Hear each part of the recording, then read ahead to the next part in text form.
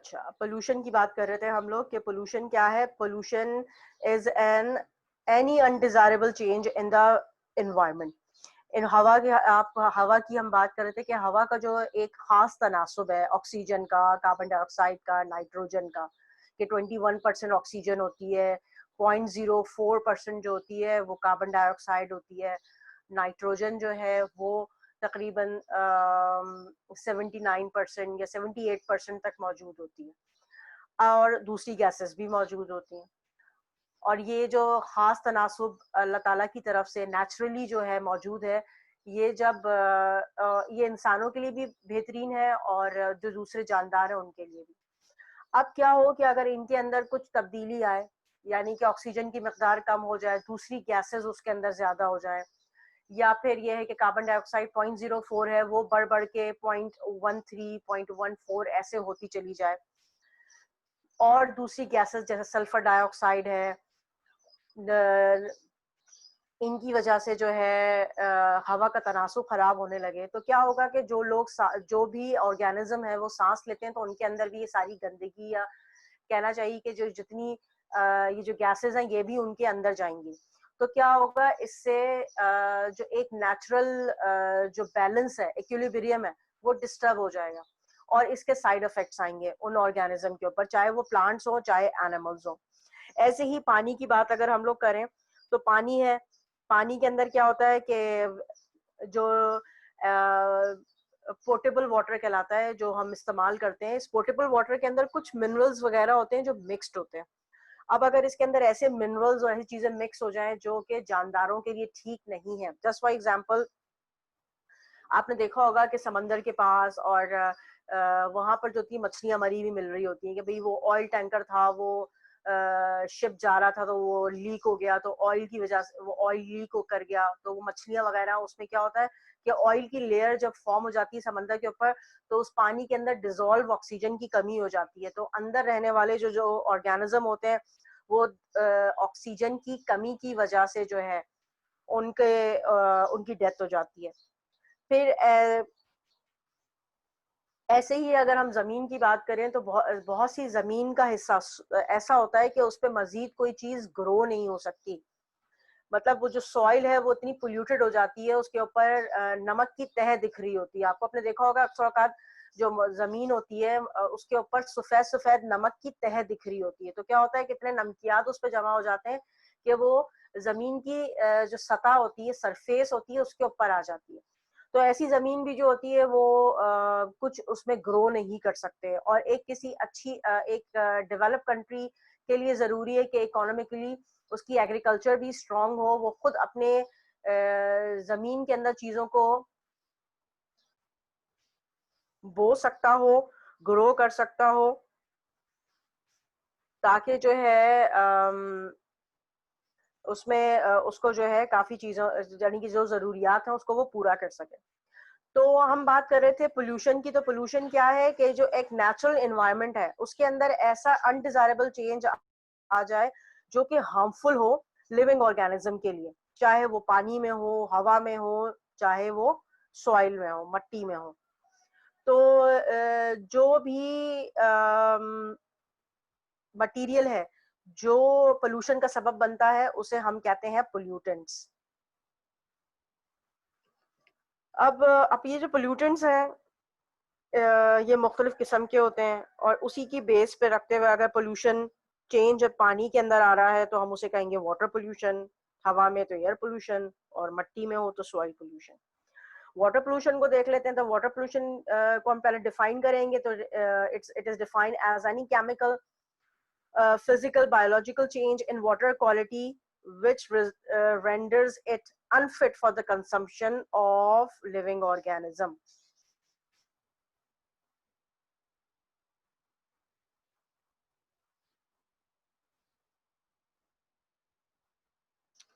Okay, हाँ। अब फिजर आप बीच में से आपका कनेक्शन लॉस्ट हो गया था, तो मैंने बताया पोल्यूटेंट्स क्या होते हैं। पोल्यूटेंट्स वो होते हैं जो जो मटेरियल पोल्यूशन का सबब बनते हैं, वो पोल्यूटेंट्स कहलाते हैं।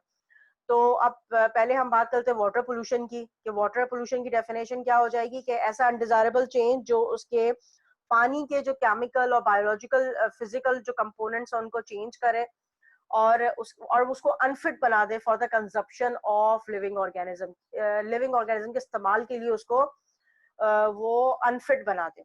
अब कॉजेस क्या हो सकते हैं? पानी के अंदर गटर का पानी यानी कि जो घरों से निकल रहा है, सेवेज वाटर, इंडस्ट्रियल वाटर जो निकल रहा है, वो सब कुछ जो है जाके मिल जाए, क्योंकि जो घरों से पानी जा रहा है उसके अंदर डिटर्जेंट्स मिक्स होते हैं, उसमें वॉशिंग पाउडर्स और इवन के जो वॉशरूम वगैरह का पानी होता है उसके अंदर ह्यूमन फीसेस होते हैं और नाइट्रोजीनस वेस्ट होते हैं। और इसके अलावा क्या होता है, माइक्रोब्स डेवलप हुए हुए होते हैं, क्योंकि हम लोग बहुत से खाने पीने की चीजें भी जो होते हैं गटर में बहा रहे होते हैं, तो उसके अंदर भी क्या होता है, सेप्रोफाइट्स वगैरह, माइक्रोब्स, डिकम्पोजर्स डेवलप होना शुरू हो जाते हैं। इस तरह से इसका क्या होता है कि वो जो पानी होता है वो जाके समंदर के पानी में सी वाटर मिक्स होता है, तो उससे भी जो है वाटर पोल्यूशन होता है। ठीक है। फिर इसके अलावा इंडस्ट्रियल वाटर जो होता है, इंडस्ट्रियल वाटर यानी कि जो न्यूक्लियर रिएक्टर्स वगैरह होते हैं, उसके अंदर भी जो है ऐसा होता है कि उसमें जो रिएक्टर्स होते हैं उनको ठंडा करने के लिए भी पानी का इस्तेमाल किया जाता है। तो वो पानी भी जब न्यूक्लियर रिएक्टर्स वगैरह के पास से होकर आता है तो उसके अंदर भी जो है कुछ रेडियो एक्टिव एक्टिविटी के जो अलामात है ना, वो उसके अंदर रेडिएशन की जो अलामात है वो उसमें शामिल हो जाती हैं, वो भी जाके पानी में शामिल होती हैं, वो भी नुकसान देती हैं। ठीक है। फिर केमिकल पोल्यूटेंट्स की मैंने बात कर ली कि कुछ इंडस्ट्रीज से भी केमिकल्स रिलीज हो रहे होते हैं, ऐसे ही घरों से भी इस्तेमाल होने वाले, हम लोग देखें घरों में ब्लीच इस्तेमाल करते हैं, डिटर्जेंट्स इस्तेमाल करते हैं, तो वो सब क्या है, वो सब केमिकल्स हैं जो कि पानी में जाके मिक्स हो जाते हैं। ठीक है। टॉक्सिक मेटल्स के अंदर क्या क्या चीज आ जाएंगी? मरकरी, लेड, ऑयल जैसे पेट्रोलियम वगैरह की मैंने आपसे बात की कि वो भी आ जाता है। ठीक है। तो क्या होता है, ये सब चीजें जाकर वाटर पोल्यूशन का सबब बनती हैं। फिर आगे एयर पोल्यूशन। एयर पोल्यूशन की अगर हम बात करें, अगर हवा के अंदर भी अनडिजायरेबल चेंज आ जाए तो वो भी क्या है, पोल्यूशन का सबब है। ऐसी गैसेस हवा के अंदर शामिल हो जाए जो कि इंसानों के लिए नुकसानदेह हैं, तो क्या होगा, वो भी एयर पोल्यूशन का सबब हो गया। और कॉजेस क्या है? फैक्ट्रीज से धुआं निकल रहा है, चिमनी से, घरों के अंदर जो होती है, घर को गर्म करने के लिए भी कोयले लकड़ियां जलाई जाती हैं, उसका धुआं जा रहा है। और इसके अलावा फ्यूल्स को बंद किया जाता है, फ्यूल्स जलाए जाते हैं, लकड़ी, कोयला और पेट्रोलियम वगैरह, इन सबको यूज किया जाता है, तो इससे भी जो धुआं निकलता है वो एयर पोल्यूशन का सबब है। तो एयर पोल्यूशन के अंदर शामिल हो जाती हैं सारी पॉइजनस गैसेस जो कि किसी भी ऑर्गेनिज्म के लिए फायदेमंद नहीं है, उनके सांस के रास्ते उनकी बॉडी में दाखिल होती हैं। फिर एक और जो खतरनाक चीज है वो है स्मॉग। आपने देखा होगा कि सुबह के वक्त जो होती है वो धुंध छा जाती है, और धुंध की वजह से जो है क्या होता है कि आने जाने वाले लोगों को रास्ते में कुछ नजर नहीं आ रहा होता। ठीक है। और वो काफी देर तक छाई रहती है, जिसकी वजह से रास्ते जो होते हैं वो मतलब धुंध की वजह से कोई चीज सामने दिखती नहीं है। तो ये जो स्मॉग है ये होती है कि डस्ट पार्टिकल्स और जो पॉइजनस गैसेस के कुछ पार्टिकल्स हवा के अंदर रहते हैं और डस्ट पार्टिकल्स होते हैं, तो वो सुबह के वक्त जो धुंध होती है, धुंध क्या होती है कि सुबह के वक्त जो होता है वाटर वेपर्स जो हवा के अंदर मौजूद होते हैं वो कंडेंस फॉर्म में रहते हैं। तो उस कंडेंस फॉर्म के अंदर वो क्या होता है, वो मिट्टी के पार्टिकल के साथ मिल के जो है वो हवा में ठहर जाते हैं, जिसकी वजह से है वो जो हवा जो जमीन का एनवायरनमेंट है उसमें आपको दूर दूर तक जो है वो धुंध दिख रही होती है। असल में वो वाटर वेपर वाली धुंध नहीं होती कि जो जैसे ही सूरज निकले और उस वक्त वो जो वाटर वेपर्स है वो हवा में गैस बन के शामिल हो जाए, बल्कि वो जो होती है water vapours plus dust particle, उनका कॉम्बिनेशन होती है, जिसकी वजह से आपको रास्ते में कोई चीज दिखाई नहीं देती।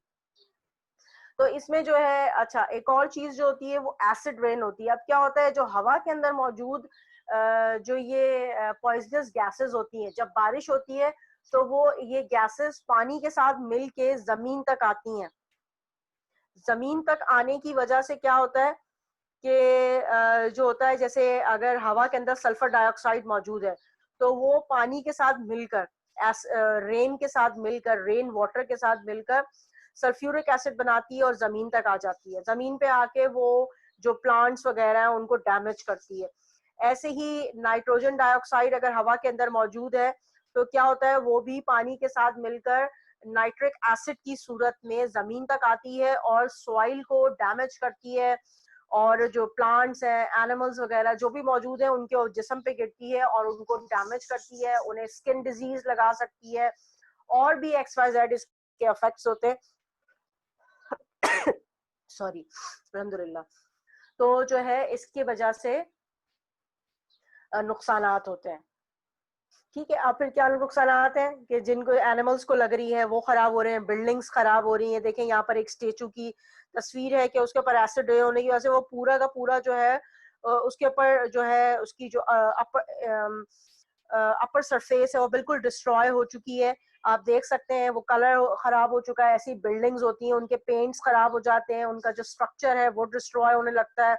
ये देखें दरख्त है जिसके ऊपर एसिड रेन हुई है तो वो पूरे डैमेज हो चुके हैं, उनके पत्ते वगैरह सब कुछ बिल्कुल डैमेज हो चुके हैं। और फिर ऐसे ही यानी कि ये फॉरेस्ट को खत्म करने का, उसे कोरोड करने का सबब बनती है।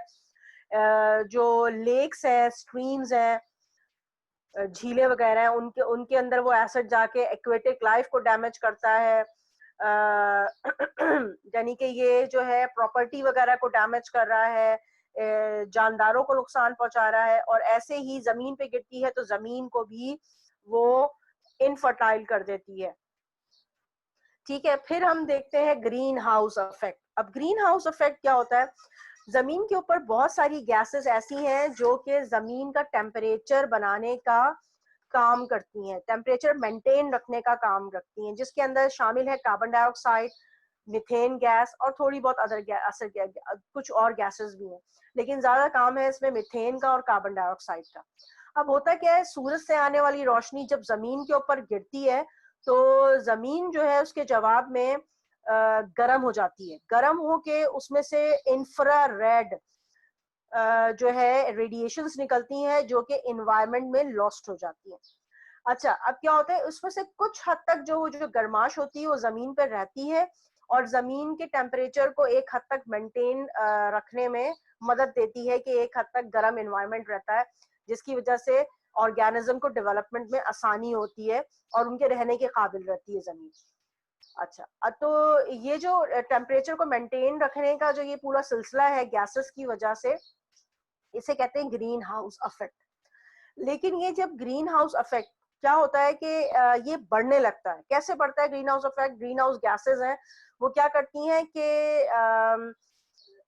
जब ये जो पोल्यूशन बढ़ती है, हवा के अंदर मट्टी वगैरह और दूसरी गैसेस ज्यादा होने लगती हैं, तो ये क्या करती हैं कि ये जो हीट एनर्जी जो कि ट्रांसमिट हो रही होती है जमीन से, जमीन गर्म होने के बाद इंफ्रारेड रेज जो ट्रांसमिट कर रही होती है, री इमिट कर रही होती है, दोबारा से वो रिफ्लेक्ट करके एनवायरनमेंट में छोड़ रही होती है, तो क्या होता है कि वो जमीन की सतह से टकरा के जाने के बजाय वो जमीन की सतह में ही रुक जाती हैं। कैसे रुक जाती हैं? क्योंकि दूसरी गैसेस जो है वो इसको ट्रैप कर देती हैं, इसका रास्ता रोक लेती हैं और इसको एनवायरनमेंट में लॉस्ट नहीं होने देती। लॉस्ट ना होने की वजह से क्या होता है कि ये जो इंफ्रारेड रेज हैं ये मजीद अर्थ का टेम्परेचर बढ़ाने लगती हैं। अर्थ का टेम्परेचर इतना बढ़ने लगता है कि वो ग्लोबल वार्मिंग का सबब बन जाता है। ग्लोबल वार्मिंग का मतलब क्या है कि जो अर्थ का टेम्परेचर है वो इतना बढ़ जाए कि वो जो एक अर्थ का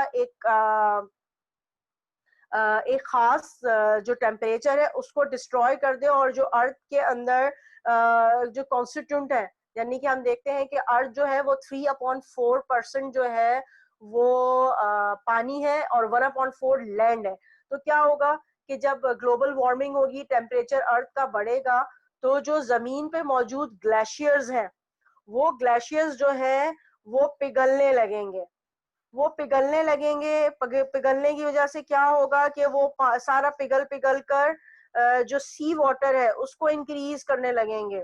ओशन ज्यादा गर्म होने लगेंगे, ज्यादा गर्म होने की वजह से जो है बादल बनेंगे, ज्यादा बारिशें होंगी, ज्यादा सैलाब आएंगे, और सैलाब आने की वजह से जो जमीनी निजाम है, जमीन का जो निजाम है वो डैमेज होगा, वाइल्ड लाइफ मरेंगी, जो फॉरेस्ट है वो डिस्ट्रॉय होंगे, जो फील्ड्स हैं जहाँ पे काश्तकारी करते हैं वो डिस्ट्रॉय होंगे, जो प्लांट्स हैं वो डिस्ट्रॉय होंगे, तो क्या होगा, जमीन के ऊपर मौजूद जो एक खास नेचुरल इकोसिस्टम है वो पूरा का पूरा डिस्ट्रॉय हो जाएगा ग्लोबल वार्मिंग की वजह से। ठीक है, आपको यहाँ तक समझ में आया खिजर? कोई सवाल है आपका?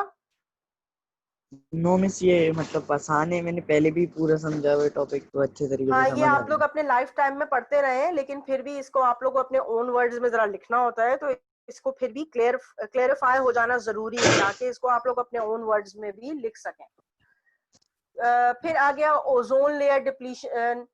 अब क्या होता है कि हम कुछ ऐसे केमिकल्स हवा के अंदर शामिल हो जाते हैं जो कि ओजोन लेयर जो है एक प्रोटेक्टिव लेयर है अर्थ के एनवायरनमेंट में, जो कि अल्ट्रावायलेट रेज जो होती हैं, हवा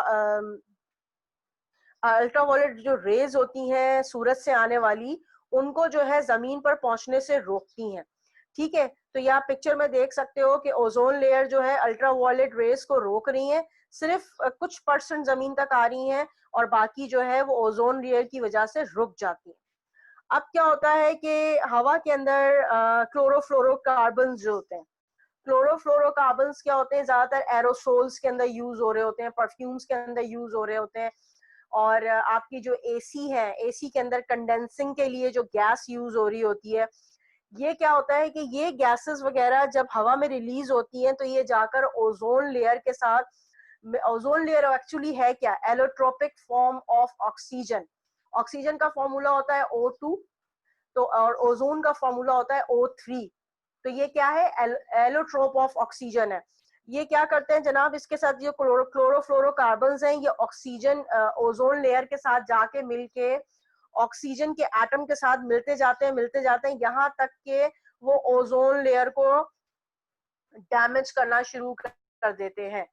ठीक है, अब मैं आपको यहाँ पे अगर फॉर्मूला दिखाऊं ओजोन लेयर का, तो oxygen of air plus O, ultraviolet radiation आती है, उसकी मौजूदगी में O3 में कन्वर्ट हो जाती है, ओजोन में कन्वर्ट हो जाती है। ठीक है, और फिर ये ओजोन लेयर जो आपको नजर आता है ना, हम जमीन पे यहाँ पे बैठ के अगर हम देखें आसमान की तरफ तो हमें आसमान नीला नीला नीला लगता है, हम कहते हैं ना ब्लू स्काई।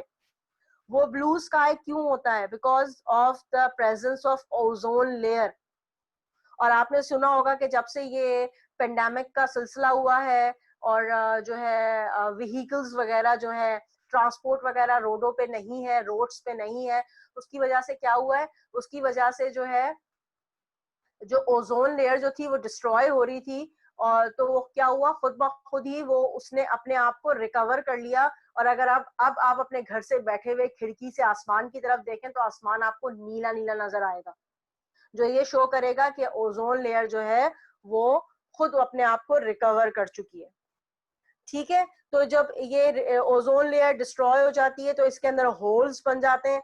होल्स बनने की वजह से क्या होता है, जो अल्ट्रावायलेट रेज होती हैं सन की, वो भी जमीन तक पहुंचती हैं और जमीन में मौजूद जितने भी जानदार हैं उन सबको नुकसान पहुंचाती हैं। ठीक है, फिर इसके अलावा जैसे हमने सॉइल के डिस्ट्रक्शन की बात की थी, तो ये देखें एसिड रेन होने की वजह से सॉइल इरोजन हो जाता है, ज्यादा सैलाब आने की वजह से जो है जो जमीन की जो लेयर होती है वो बह बह के हट जाती है, जिसकी वजह से जमीन में जो है न्यूट्रिशन की कमी हो जाती है। ठीक है, तो ये भी सब जो है जो जानदार हैं, प्लांट्स हैं, उनको भी खत्म करने का सबब बनती है। ठीक है, फिर वहां पे मजीद कोई नई प्लांटेशन या ट्रीज वगैरह डेवलप नहीं हो सकते हैं। अच्छा, अभी हम सुन इतनी सारी चीजों की हमने बात की, तो अब जरूरी है कि इन्हें कंट्रोल कैसे किया जा सकता है। हाँ उजैर, आप बताइए क्या क्या हम लोग मेजर्स ले सकते हैं, क्या क्या प्रिकॉशंस हम लोग ले सकते हैं ताकि हम कंट्रोल कर सकें पोल्यूशन को। मिस जैसे मतलब हम लोग को ज़्यादा ट्रैवलिंग के लिए जैसे हाइब्रिड कार इस्तेमाल करनी चाहिए, जिनसे पेट्रोल नहीं इस्तेमाल हो और इलेक्ट्रिसिटी इस्तेमाल हो, और जो करीब की ट्रैवलिंग हो उन्हें साइकिल्स पे मतलब उसे साइकिल वॉक इस्तेमाल वगैरह करनी ज्यादा चाहिए। करनी चाहिए, फ्यूल्स की या बर्निंग बिला वजह नहीं करनी चाहिए, रिसाइकलिंग करनी चाहिए सबसे ज्यादा। रिसाइकलिंग जिसको आप कह सकते हो, कंजर्वेशन, कंजर्व करना चाहिए। सबसे इम्पोर्टेंट फिनोमेना क्या है, कंजर्व करना चाहिए। जो चीजें हमारे पास मौजूद है, नेचुरल हो या नेचुरल रिसोर्सेज जो हमारे पास मौजूद है अल्लाह ताला की दी हुई, उनको हमने रिसाइकल करना है। तो रिसाइकल करने में कुछ चीजें रिन्यूएबल है, यानी कुछ चीजें रिसाइकल हो जाती हैं, और कुछ चीजें जो होती हैं वो रिसाइकल नहीं हो जाती। कुछ चीजें जो आपने एक बार इस्तेमाल कर दी वो खत्म हो जाती हैं। ऐसी चीजें जो एक बार आपने इस्तेमाल कर ली वो कहलाती हैं नॉन रिन्यूएबल रिसोर्सेज। और जिन रिसोर्सेज को आप रिसाइकल कर लेते हैं और वक्त के साथ साथ वो दोबारा वापस आ जाती हैं, उन्हें आप कहते हैं रिन्यूएबल रिसोर्सेज। अब रिन्यूएबल रिसोर्सेज में आ गए air, water, soil, wild life, कि अगर इनको नेचुरली ग्रो होने का मौका दिया जाए तो ये जो होती हैं दोबारा से जो होती हैं ये वापस आ जाती हैं। और नॉन रिन्यूएबल ये होते हैं कि once they are used they can not be replenished. ठीक है, जैसे कि अगर आपने एक बार कोयले को जला दिया तो आप दोबारा से कोयला हासिल कर लेंगे? आपने पेट्रोल जला दिया तो आप पेट्रोल दोबारा बना लेंगे? नहीं। वंस वो एक बार जल गया तो वो जल गया, उसको बंद करके आपने एनर्जी हासिल कर ली तो कर ली, उसके बाद वो दोबारा रिसाइकल होके आपको दोबारा पेट्रोल फॉर्म में नहीं मिल सकता। ठीक है, तो इसे क्या कहेंगे, कंजर्वेशन। अच्छा, और रिसाइकलिंग भी मैंने आपको बता दी। कुछ चीजें नेचुरली रिसाइकल हो जाती हैं, जैसे पानी है। अगर आप पानी है वो नेचुरली रिसाइकल होके आ जाता है। कार्बन डाइऑक्साइड साइकिल जो है एनवायरनमेंट में चलती रहती है, चीजें रिसाइकल हो जाती हैं। ठीक है, फिर कुछ होती है आर्टिफिशियल रिसाइकलिंग। आर्टिफिशियल रिसाइकलिंग में क्या होता है, आर्टिफिशियल रिसाइकलिंग के अंदर ऐसा होता है कि जैसे सेवेज वाटर, गटर का जो पानी, यानी कि जो होता है, जो घरों से इस्तेमाल हुआ पानी निकल रहा होता है। जैसे अगर आपको मैं एग्जांपल दूं मिडिल ईस्ट कंट्रीज की, जिसमें सऊदी अरेबिया शामिल है, कि वो पानी को लेके जाते हैं, इस्तेमाल हुए पानी को लेके जाते हैं, उसको रिसाइकल करते हैं, और फिर उस पानी को साफ करने के बाद उसे एग्रीकल्चर में वो लोग यूज करते हैं। जैसे मैं आपको ये प्लांट्स दिखाऊं पूरा, ये देखें, ये पूरा सेवेज वाटर को वो लेके जाते हैं, उसे क्लेरिफाई करते हैं, फिर उसको एरेशन टैंक में डालते हैं, वहां पर भी क्लेरिफाई करते हैं, फिर उसको डिसइंफेक्टेंट करते हैं। सब कुछ करने के बाद उसमें से जो वेस्ट मटेरियल होता है उसको अलग कर लेते हैं, और पानी को इस हद तक साफ कर लेते हैं कि वो पानी एग्रीकल्चर के अंदर यूज हो सके। ठीक है, तो इसके लिए पूरे सेवेज ट्रीटमेंट प्लांट्स लगाए हुए होते हैं उन्होंने बड़े बड़े इंडस्ट्रियल लेवल पे। पाकिस्तान में तो ऐसा इतना ज्यादा ऐसा कुछ नहीं है रिसाइकलिंग या सेवेज ट्रीटमेंट के ऊपर, लेकिन बहुत सारे मुल्क जो हैं वो अपनी पानी की जरूरियात अपने सेवेज वाटर को ट्रीट करके भी इस्तेमाल कर रहे हैं। ठीक है, फिर हम बात करते हैं ऐसे ऑर्गेनिजम्स की जो इंसानों की सेहत के लिए खतरनाक है। उसमें हम वायरस के बारे में जान चुके हैं कि वायरस से कितनी सारी बीमारियां लगती हैं, इन्फ्लुएंजा, पोलियो, एड्स, मीजल्स। और हमने बैक्टीरिया के बारे में जाना कि बैक्टीरिया जो है उससे बैक्टीरिया से कौन कौन सी डिजीज लगती हैं, जैसे ट्यूबरकुलोसिस, टेटनस, कॉलरा। ऐसे ही फिर कुछ और प्रोटोजोआ होते हैं जिसमें प्लाज्मोडियम, और जो कि मलेरिया करने का सबब बनता है, अमीबा जिससे डायसेंट्री हो जाती है। ठीक है, फिर फंजाई के बारे में भी हमने पढ़ा कि फंजाई से भी कुछ स्किन डिजीज होती है, athlete foot, ringworm etcetera. अच्छा, इसके अलावा ये तो सारे हो गए माइक्रो ऑर्गेनिज्म, जो मैंने आपसे बात की, माइक्रो ऑर्गेनिज्म जिनको हमें जिसके लिए हमें माइक्रोस्कोप यूज करने पड़ती है, चाहे वो लाइट माइक्रोस्कोप हो चाहे इलेक्ट्रॉन माइक्रोस्कोप हो। फिर हम कुछ कहलाते हैं मैक्रो ऑर्गेनिज्म। मैक्रो ऑर्गेनिज्म वो होते हैं जो हमारी आंखों से हमें दिख रहे होते हैं। उसके अंदर क्या आ जाते हैं, कुछ कीड़े मकोड़े आ जाएंगे, राउंड वॉर्म, टेप वॉर्म्स आ जाएंगे, यानी कि जो पेट में कीड़े हो जाते हैं वो आ जाते हैं, जुएं, लीस, लाइसिस, ये सब क्या है, ये मैक्रो पैरासाइट्स के अंदर आ जाएंगे। ठीक है, और कुछ और ऐसे कीड़े मकोड़े जो हमारे खाने की चीजों को डिस्ट्रॉय कर देते हैं। ठीक है, फिर पेपर वगैरह को डिस्ट्रॉय कर देते हैं।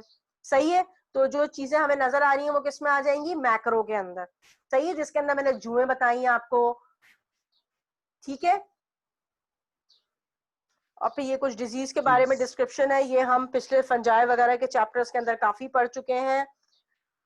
और इनको फिर इनसे बचने का तरीका क्या है, एंटी फंगल दवाएं होती हैं, सफाई सुथराई होती है, ठीक है, और गुड हाइजेनिक कंडीशंस होती हैं जिसके थ्रू हम इन बीमारियों से बच सकते हैं, सही है। और आजकल और एक दूसरे की इस्तेमाल हुई हुई चीजों से बचना है हमें, क्योंकि जिसको इन्फेक्शन होगा उसकी इस्तेमाल हुई चीज को हम इस्तेमाल करेंगे तो उससे हमें भी इन्फेक्शन हो जाएगा, ठीक है।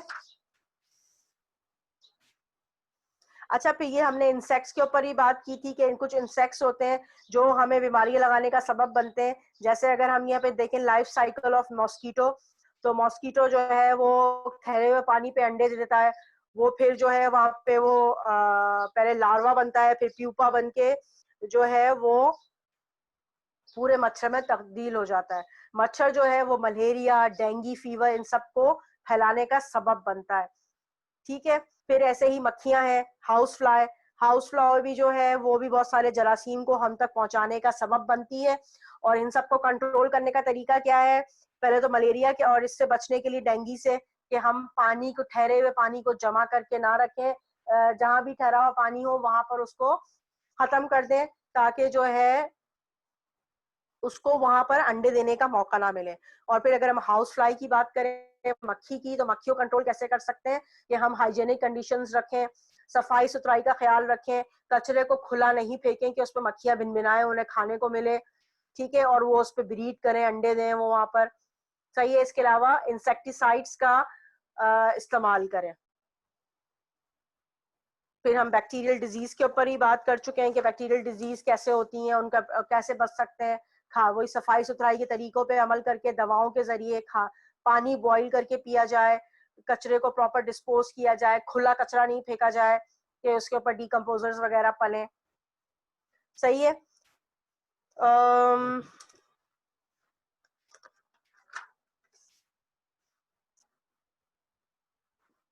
अच्छा, एंटीबायोटिक्स क्या होती हैं? एंटीबायोटिक्स एक ऐसी दवाओं को कहते हैं जो कि बैक्टीरियल इन्फेक्शन को खत्म करने के लिए दवा जो इस्तेमाल होती है वो कहलाती है एंटीबायोटिक।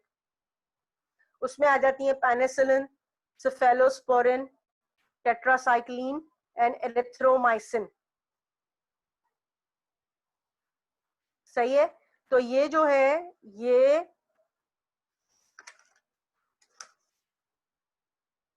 मुख्तलिफ किस्म की एंटीबायोटिक्स होती हैं जो मुख्तलिफ किस्म के बैक्टीरिया के ऊपर अपना काम दिखाती हैं और बैक्टीरिया को डिस्ट्रॉय कर देती हैं, ठीक है। तो आज का तो हो गया हमारा आज ये